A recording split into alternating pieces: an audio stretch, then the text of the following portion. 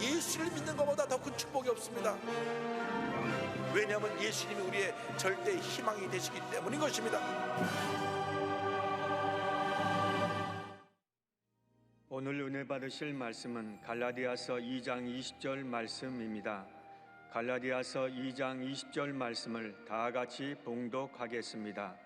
내가 그리스도와 함께 십자가에 못 박혔나니 그런즉 이제는 내가 사는 것이 아니요 오직 내 안에 그리스도께서 사시는 것이라.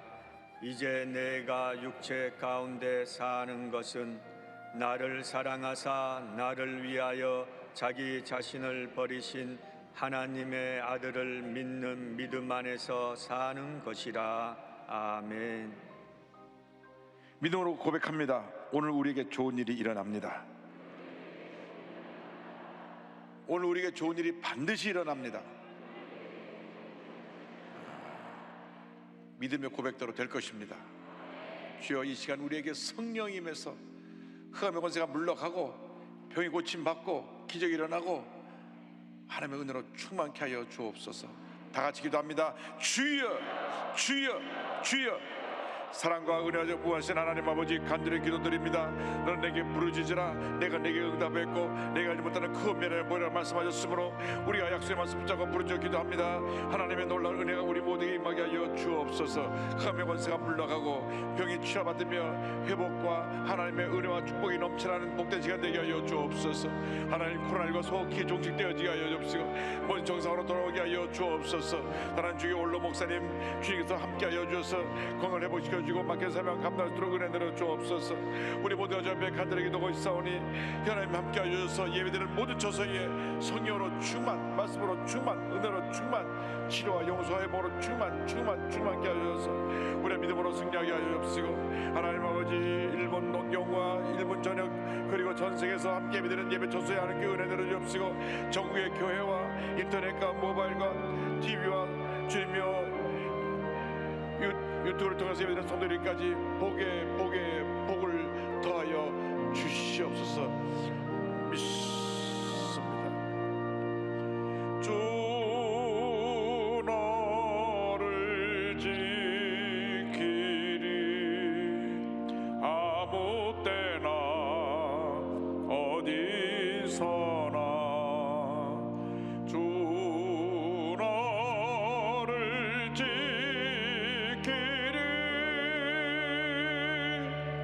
늘 지켜주시리.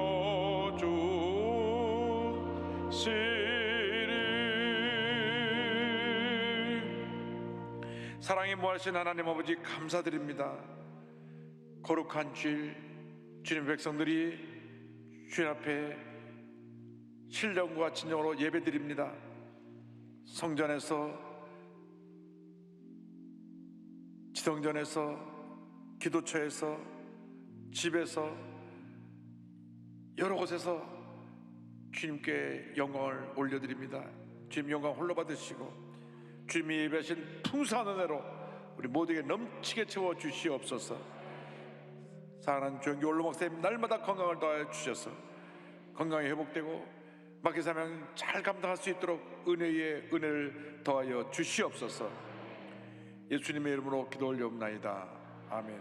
오늘 갈라디아서 2장 20절 본문으로 하여서 그리스도와 함께 이 같은 제목으로 말씀의 은혜를 나누겠습니다.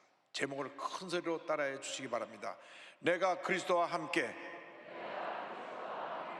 내가 그리스도와 함께.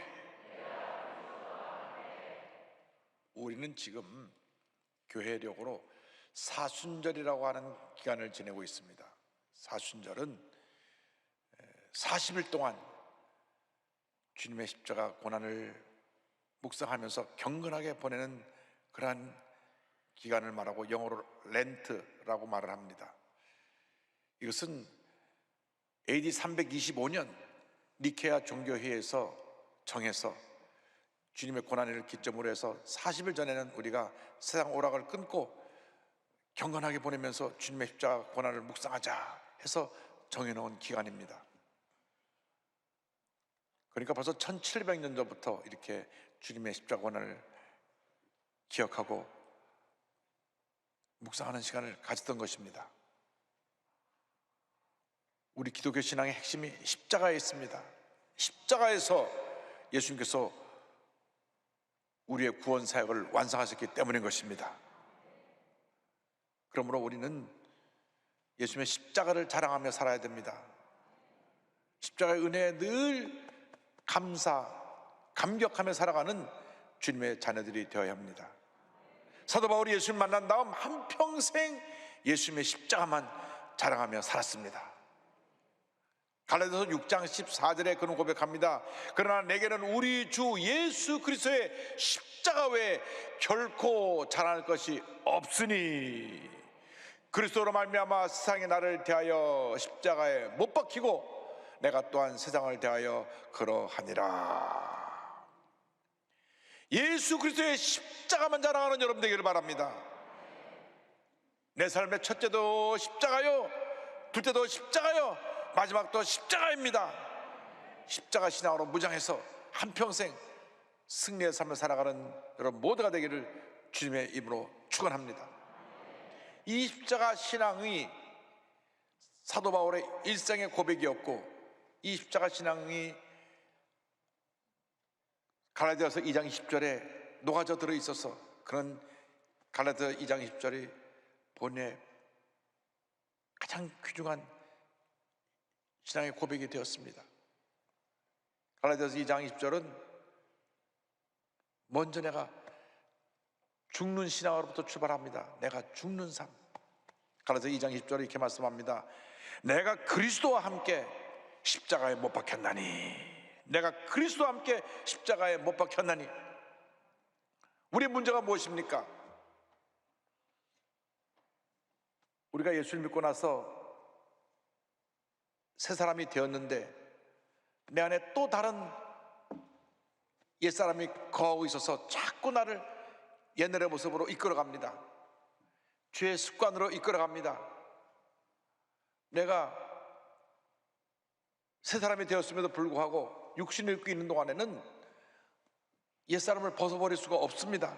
그래서 신앙생활은 예수 믿는 그날부터 하늘나라 갈 때까지 끊임없는 갈등과 영적 전쟁이 그 삶에 있는 것입니다. 성령으로 충만하면 옛사람이 죽고 주님이 나와 함께 하시고, 성령 충만에 떠나가면 옛사람이 싹 다 다시 나를 점령해서 미워하고 분노하게 하고 상처받게 하고 절망에 처하게 합니다. 그래서 우리가 늘 옛사람과 싸워야 됩니다. 옛사람은 십자가 못 박아야 되는 것입니다. 옛사람의 모습은 절망 그 자체였습니다. 사도 바울이 로마서 7장에 이렇게 탄식합니다. 18절 19절입니다. 내 속 곧 내 육신에 선한 것이 거하지 아니하는 줄을 아노니 원함은 내게 있으나 선을 행하는 것은 없노라. 내게 원하는 바 선은 행하지 아니하고 도리어 원하지 아니하는 바 악을 행하는도다. 악을 행하는도다. 안타깝게 그는 이 육에 속한 그 죄의 모습을 보고 탄식합니다.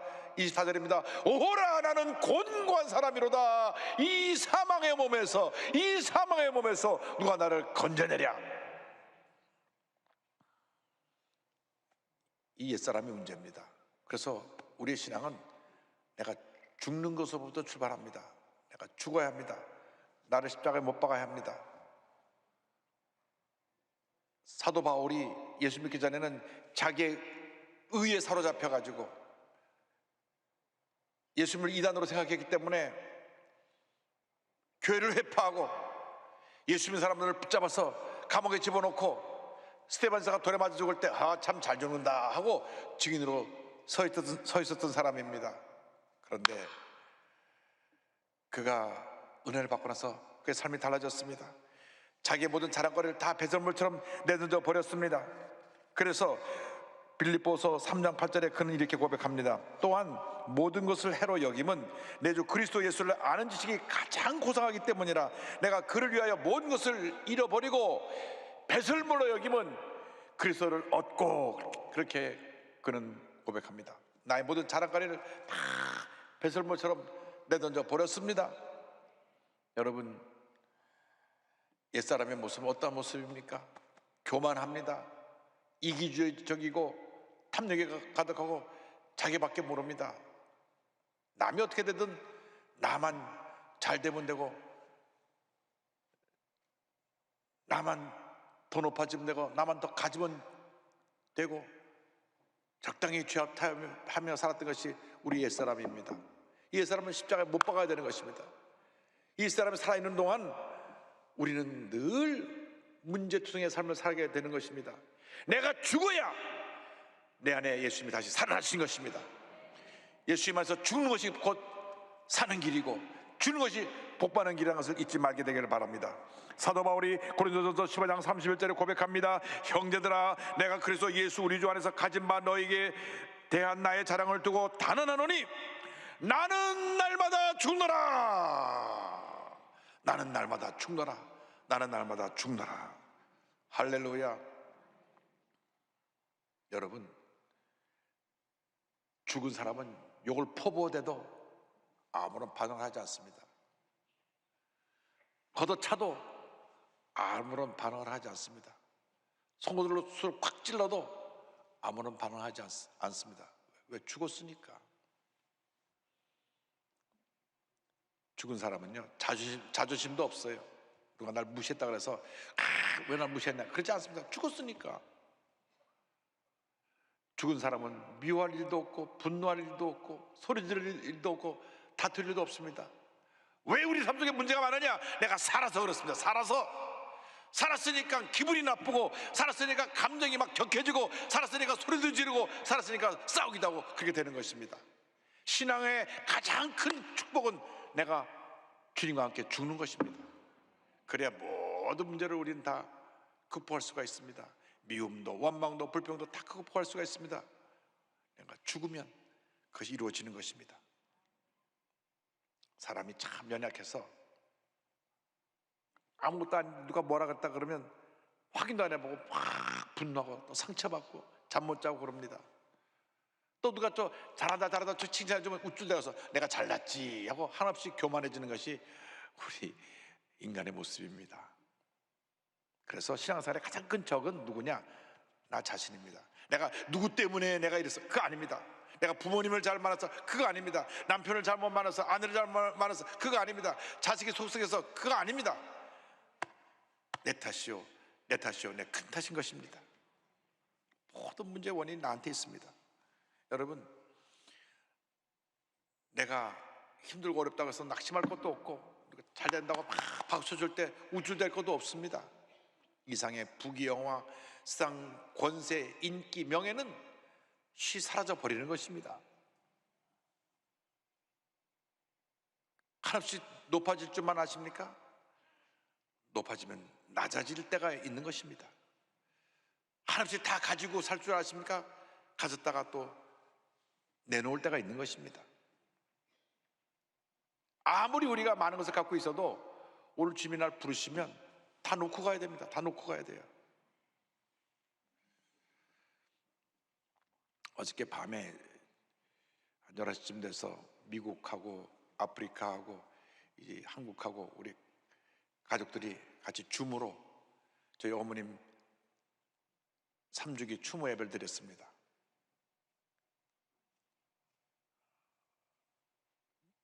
추모 예배를 드리면서 어머님의 영상을 보는데 많은 생각이 내 마음을 스쳐갔습니다. 천국에서 우리 예수님 곁에서 우리 어머님이 이렇게 날 보고 계실 텐데 내가 지금 주님 보시기에 부끄럽지 않은 삶을 살아가고 있는가? 어머님처럼 저렇게 숨을 거둘 때까지 열심히 복음을 전하고 주님 영광에 살다가 주님 품에 안기는 그런 모습으로 내가 살아가고 있는가? 부끄러웠습니다. 여러분, 죽음 앞에 장사가 없습니다. 주님 보시기에 부끄럽지 않은 삶을 살게 되기를 바랍니다. 이 세상은 그저 우리가 잠시 있다가는 나그네길 인생이요, 아침 안개처럼 쉬 사라지는 것이 우리의 인생인 것입니다. 그렇기 때문에 우리가 이 짧은 인생을 사는 동안 큰 은혜 받기 위해서는 내가 죽어야 되는 것입니다. 내가 죽어야 우리 가정이 살고, 내가 죽어야 이 교회가 살고, 내가 죽어야 이 사회가 살고, 내가 죽어야 이 나라가 사는 것입니다. 안 죽은 사람들이 나나나 하다 보니까 이 나라가 문제가 많은 겁니다. 안 죽은 사람들이 막 땅을 막 사들여가지고 이번에 신도시 발표가 나니까 뭐 온 나라가 다 뒤집혔습니다. 자기밖에 몰라요. 어렵고 힘들고 고통당하는 이웃을 모르기 때문에 자기만 알고 자기만 많은 것을 가지고 그거 갖다 움켜쥐려다가 큰 어려움을 당하고 있는 것입니다. 여러분, 이것은 주님이 우리에게 주는 경고의 메시지인지도 모릅니다. 이상한 것을 너무 움켜쥐라고 하지 말고 주님 앞에서 내가 죽고 주님 받으신 그 은혜를 베풀고 나누면서 살아가라, 우리에게 주는 메시지인 줄 믿습니다. 여러분, 날마다 죽으십시오. 어떻게 내가 죽을 수가 있습니까? 내 입으로 죽을 수가 없습니다. 우리가 주님과 함께 하여야 합니다. 말씀을 읽고 간절히 기도할 때 성령이 임해서 내가 그리스도와 함께 십자가에 못 박히게 되는 것입니다. 늘 주여로 말씀을 묵상하시기 바랍니다. 말씀을 통해서 변화되고 치료받고 회복되는 은혜가 있게 되기를 바랍니다. 그렇게 될 때 하나님의 축복이 임하게 될 것입니다. 내가 죽고 나면 둘째로 예수 그리스도를 주인으로 모시고 살아갈 수가 있습니다. 20절은 이렇게 이어집니다. 그런즉 이제는 내가 사는 것이 아니요 오직 내 안에 그리스도께서 사시는 것이라. 내가 주님과 함께 십자가 못 박혀 죽으면 내 안에서 주님이 부활하셔서 나를 대신하여 살아주시고 내 삶의 주인이 되어 주시는 것입니다. 예수 믿기 전에는 내가 나의 주인이었지만 예수를 믿고 나서는 주인이 바뀌었습니다. 주님이 나의 주인이 되십니다. 내가 예수를 믿고 난 다음 나는 새롭게 변화된 축복받은 하나님의 자녀가 된 것입니다.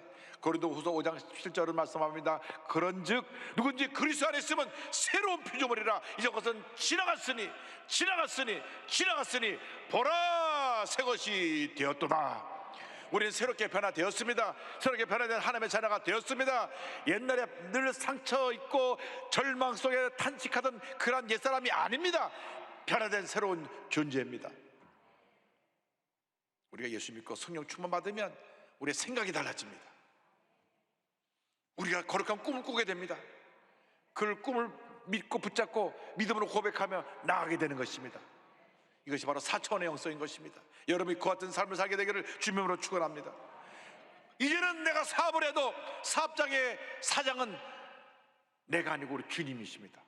주님이 우리 사업장의 사장이시고 우리 보스시고 나는 그 밑에 심부름꾼입니다. 내가 집을 사도 등기부등본에는 내 이름이 있을지 몰라도 실제 집주인은 우리 주님이시고 내가 주님의 은혜로 그 집에 사는 것입니다. 내가 공부를 해도 집에서 음식을 만들어도 다 주님의 은혜를 하는 것입니다. 주님의 영광을 위해서 하는 것입니다. 왜? 내 안에 예수님이 사시기 때문에. 예수님이 사시기 때문에. 그러므로 우리 예수 믿는 사람들은 어디 가더라도 부끄럽지 않은 삶을 살아야 됩니다. 세상 사람들에게 손가락질을 받으면 안 됩니다. 왜 코로나19를 통과하면서 그렇게 교회가 문매를 맞느냐? 우리가 잘못해서 그렇습니다. 우리가 바르게 살고 우리가 사랑을 베푸면서 살고 저들에게 감동을 주었다면 그렇게 우리를 핍박하지 않았을 것입니다. 요즘 와서야 교회라는 이름 대신 종교시설로 바뀌었지만은 처음에 그 신천지가 교회라고 하는 이름을 갖고 나왔기 때문에 얼마나 문매를 맞았는지 모릅니다. 아무리 신천지가 교회가 아니라고 그래도 왜 그 교회라고 이름을 붙였는데, 그래서 우리가 도미건으로 그냥 두들겨 맞은 것입니다. 교회 내에 확진자가 한 명도 안 나와도 교회발 몇 명 났다면 그렇게 우리가 두들겨 맞았습니다.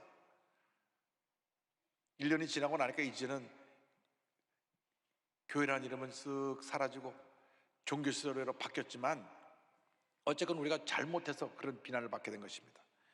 이제는 예수님 나 삶의 주인이 되셔서 주님이 기뻐하시는 삶을 살게 되기를 바랍니다. 우리의 문제가 무엇입니까? 예수를 믿는다고 하면서도 예배드릴 때만 크리스찬이고 나가서는 똑같이 믿지 않는 사람들처럼 싸우고 욕하고 분노하고 다투니까 이것이 문제가 있는 것입니다. 예수님이 나의 주인이시기 때문에 예수님의 모습으로 살아야지 내 모습으로 살면 안 됩니다. 예수님이 나의 삶의 주인이 되십니다. 내가 내 삶의 주인으로 살면 한평생 상처투성의 인생을 살아갈 수밖에 없는 것입니다. 주님이 나의 삶의 주인이 되어 주셔야 나를 다스려 주시고 나를 통하여 주님의 영광을 나타내시고 주님의 일을 하게 만들어 주시는 것입니다. 로마서 14장 8절입니다. 우리가 살아도 주를 위하여 살고 죽어도 주를 위하여 죽나니 그러므로 사나 죽으나 우리가 주의 것이로다. 의로우신 예수님이 우리 안에 사심으로 말미암아 우리가 의로운 삶을 살아야 됩니다. 평화의 왕 예수님이 내 삶의 주인이 되심으로 말미암아 내 마음속에서 평화가 흘러넘쳐나야 되는 것입니다. 기쁨의 근원 되신 예수님이 내 삶의 주인이 되셔서 내 마음에 기쁨이 샘솟이 넘쳐나야 되는 것입니다. 은혜의 주님이 내 마음의 주인이 되셔서 주님의 은혜가 풍성히 넘쳐나야 되는 것입니다. 생명의 주님이 내 마음 가운데 계셔서 우리가 생명을 가지고 기쁨으로 살아가야 될 것입니다. 오늘 이후로 여러분의 삶의 주인이 내가 아니라 우리 주 예수님으로 바뀌게 되기를 주님의 이름으로 축원합니다. 셋째로, 예수님을 나의 주인으로 모시고 사는 삶은 믿음으로 사는 것입니다. 믿음으로 사는 삶. 2장 20절은 이렇게 고백합니다. 이제 내가 육체 가운데 사는 것은 나를 사랑하사 나를 위하여 자기 자신을 버리신 하나님의 아들을 믿는 믿음 안에서 사는 것이라. 이제 우리가 무엇 안에 사느냐? 예수를 믿는 믿음 안에서 사는 것입니다. 하나님은 지금도 믿음의 사람을 찾고 계십니다. 조영기 목사님께서 한평생 우리들에게 주신 말씀이 성령 충만과 믿음 충만입니다. 성령 충만하면 능력을 받는 것이요, 믿음 충만은 우리가 하나님 앞에 나아가는 우리의 삶의 모습입니다. 성령 충만 받은 사람 믿음으로 살 때 기적이 일어나는 것입니다. 축복이 다가오는 것입니다. 문제가 해결되는 것입니다. 히브리서 11장 6절은 말씀합니다. 믿음이 없이는 하나님을 기쁘시게 하지 못하나니 하나님께 나아가는 자는 반드시 그가 계신 것과 또한 그가 자기를 찾는 자들에게 상 주시는 이심을 믿어야 할지니라. 할렐루야. 믿음의 사람들이 되기를 바랍니다. 히브리서 11장 1절 2절입니다. 믿음은 바라는 것들의 실상이요 보이지 않는 것들의 증거니 선진들이 이로써 증거를 얻었느니라. 주여 우리가 믿음으로 살게 하여 주옵소서. 믿음의 사람이 되게 하여 주옵소서. 믿음으로 거룩한 꿈을 꾸고 믿음으로 생각하고 믿음으로 고백하고 믿음으로 행해서 우리 삶이 기적의 삶으로 바뀌어지게 하여 주옵소서. 흑암의 권세가 물러가고 주님의 은혜와 축복이 우리에게 임하게 하여 주옵소서. 이 믿음의 역사의 기초가 예수님의 사랑입니다. 예수님의 사랑. 갈라디아서 2장 10절을 보니까 나를 사랑하사 나를 위하여 자기 자신을 버리신 하나님의 아들을 믿는 믿음 안에서 사는 것이라. 나 같은 죄를 위해서 십자가 달려 돌아가신 그 예수님의 그 놀라운 사랑에 감사 감격하며 우리는 절대 긍정 절대 감사의 믿음으로 전진 또 전진 또 전진해 나가야 합니다. 우리가 얼마나 많은 은혜를 받았는지, 얼마나 많은 축복을 받았는지, 주님께서 얼마나 우리에게 많은 사랑을 베풀어 주셨는지 갚을래야 갚을 수 없는 사랑의 빚을 지고 우리가 살아가고 있는 것입니다. 어떻게 이 사랑의 빚을 갚을 수가 있겠습니까? 그것은 예수님께서 십자가에 달려 돌아가실 때 온유를 위해 돌아가셨기 때문에 우리 주위에 아직 예수님을 모르는 사람들에게, 고난당하는 이웃에게 예수님의 사랑을 베풀 때 주님의 사랑을 갚을 수가 있는 것입니다. 코로나19가 1년 넘어가면서 너무나 힘드시죠? 얼마나 힘드십니까? 하루하루 사는 것이 참 힘들고 어려운 시간을 우리가 보내고 있는데, 그러나 우리 주변을 보면 우리와는 비교도 될 수 없을 정도로 너무나 어렵고 힘들게 사는 사람이 많이 있습니다. 여러분 감사해야 됩니다. 감사. 2018년도 서울시 통계를 보니까 그 노숙인들, 길거리에서 생활하고 있는 노숙인들이 약 3,200명인데 노숙인 시설에도 못 들어가고 거리에서 지내는 노숙인이 약 290명이나 된다고 합니다.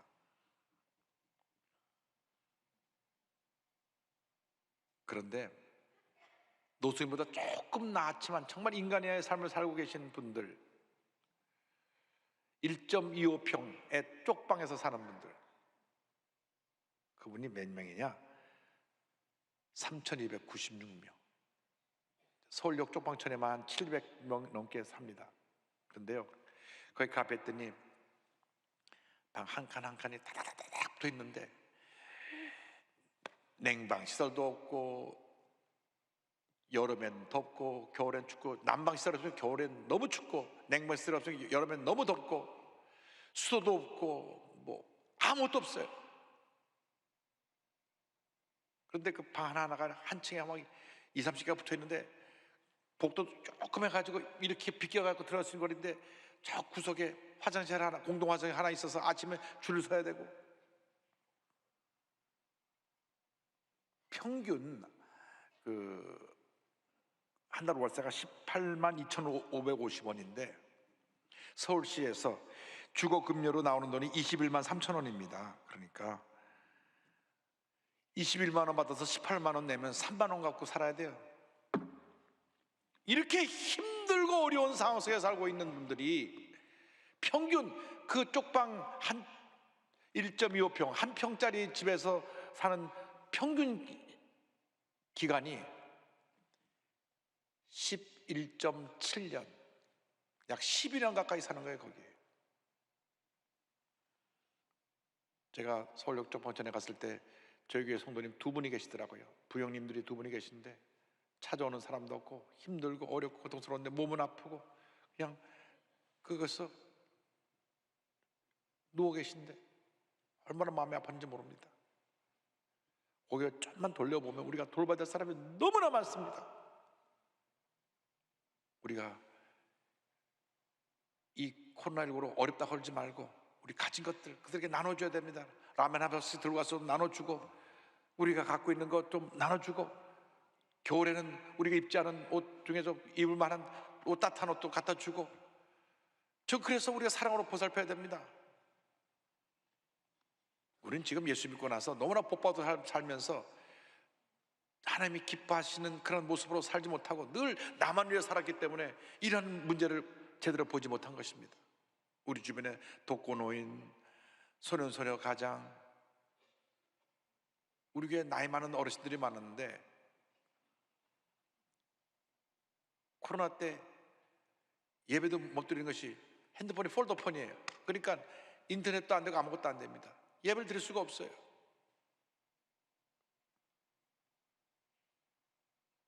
많은 미혼모들, 또 보육원 시설에 살고 있는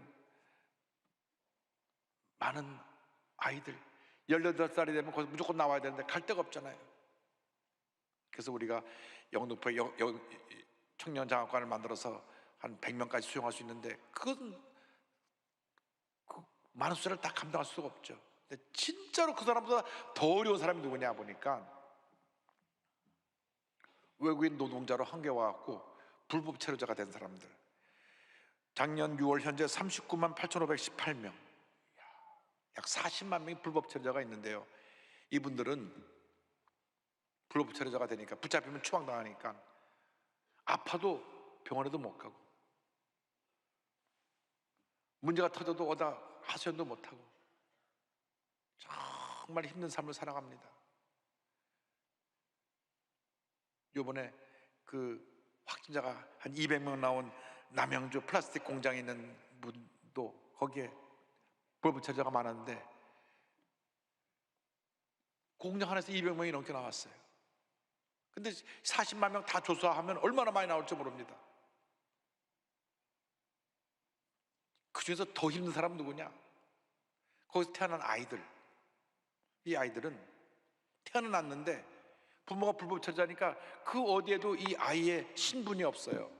분명히 한국에 살고 있는데 이 아이가 어디에도 흔적이 없어요. 미국처럼 미국에서 태어나만 나면 미국 시민권을 주는 제도가 있는 것도 아니고, 그래서 제가 늘 얘기하는 게 가영주권이라도 줘서 일단 태어만 나면 이 땅에 있는 동안에 의료 혜택하고 교육 혜택은 받게 하자. 이 아이들이 8살, 10살에 됐다가 불법 체류자로 있다가 한국에서 완전히 왕따 당하고 마음이 병들고 육신이 병듭니다. 아파도 병원에도 제대로 못 갑니다. 우리가 사랑의 눈을 떠야 됩니다. 사랑으로 저들을 섬겨야 됩니다. 또 선천적 장애인, 후천적 장애인, 몸에 장을 입고 있는 분들 얼마나 많은지 모릅니다. 이런 분들을 우리가 사랑으로 품어야지. 누가 품습니까? 이 세상에 그들을 돌볼 사람이 누구가 있습니까? 예수 믿는 사람들밖에 없습니다. 여러분이 앞장서서 그들을 사랑으로 품어야 할 것입니다.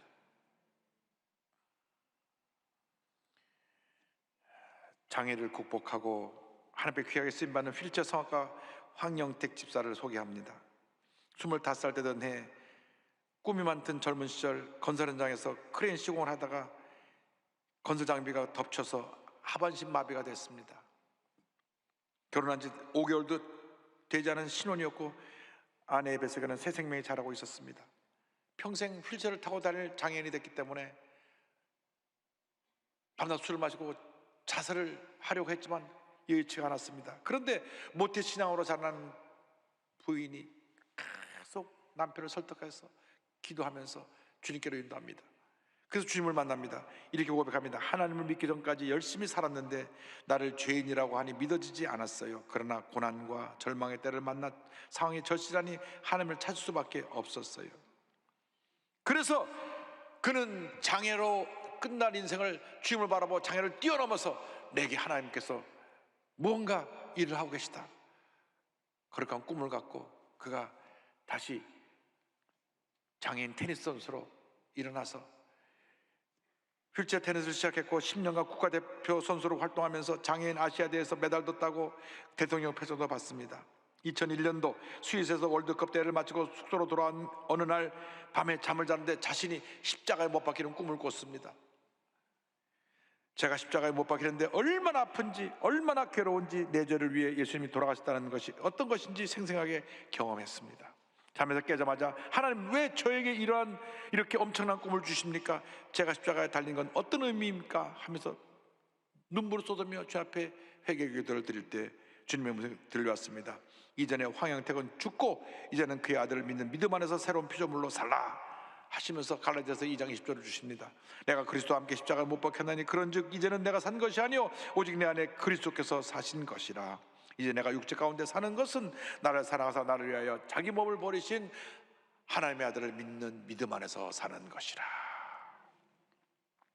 한국에 돌아와서 기도원에 들어가서 일주일간 금식 기도하고 나서 37살인데 수능 시험을 봐가지고 성결대 성악과에 입학을 해가지고 6년 동안 공부를 해서 졸업하고 난 다음 그는 희망을 노래하는 휠체어 성악가가 됐습니다. 그 이후로 그는 TV에서 유튜브를 통해서 여러 가지 방송 채널에서 희망의 메시지를 전하고 찬양함으로써 알려지게 됐고 2018년도에는 평창 패럴림픽에서 애국가를 불러 많은 사람들에게 감동을 주기도 합니다. 그는 무료 희망 콘서트와 간증을 통해 장애인들과 또 우리 정상인 모든 사람들에게 희망과 용기를 전하는 그러한 사역자로 주 앞에 귀하게 쓰임받고 있습니다. 그는 고백합니다. 사고로 장애가 생길 수 있지만 오히려 장애를 통해 가장 크신 하나님을 알게 되고 더 값진 삶을 살게 되었습니다. 하나님 안에서는 어떤 고난도 이겨낼 수 있습니다. 소망이 끊긴 이들에게 희망을 전해주며 호흡이 닿도록 주님께 찬양할 것입니다. 할렐루야.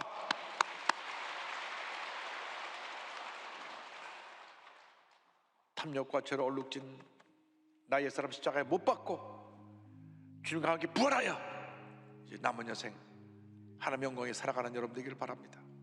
예수님의 사랑을 실천하면서 우리 주님이 가장 기뻐하시는 삶을 살다가 장차 주님이 오라 부르실 때 주님 앞에 서서 잘했다, 착하고 충성된 종아 칭찬받는 여러분 모두가 되기를 바랍니다. 여러분, 주님 여러분 한 사람 한 사람을 너무나 사랑하십니다. 이제 남은 여생 주님의 영광에 살아가는 주님의 귀한 일꾼들이 다 되십시다. 우리가 믿음으로 고백합니다. 십자가를 질 수 있나 주가 물어보실 때 죽기까지 따르리 저들 대답하였다.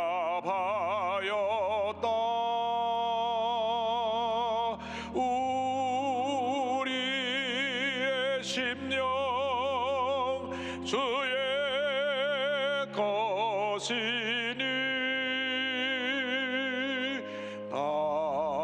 당신의 항상 만드소서. 주 인도 따라 살아갈 동안 사랑과 충성 늘 바치오리다.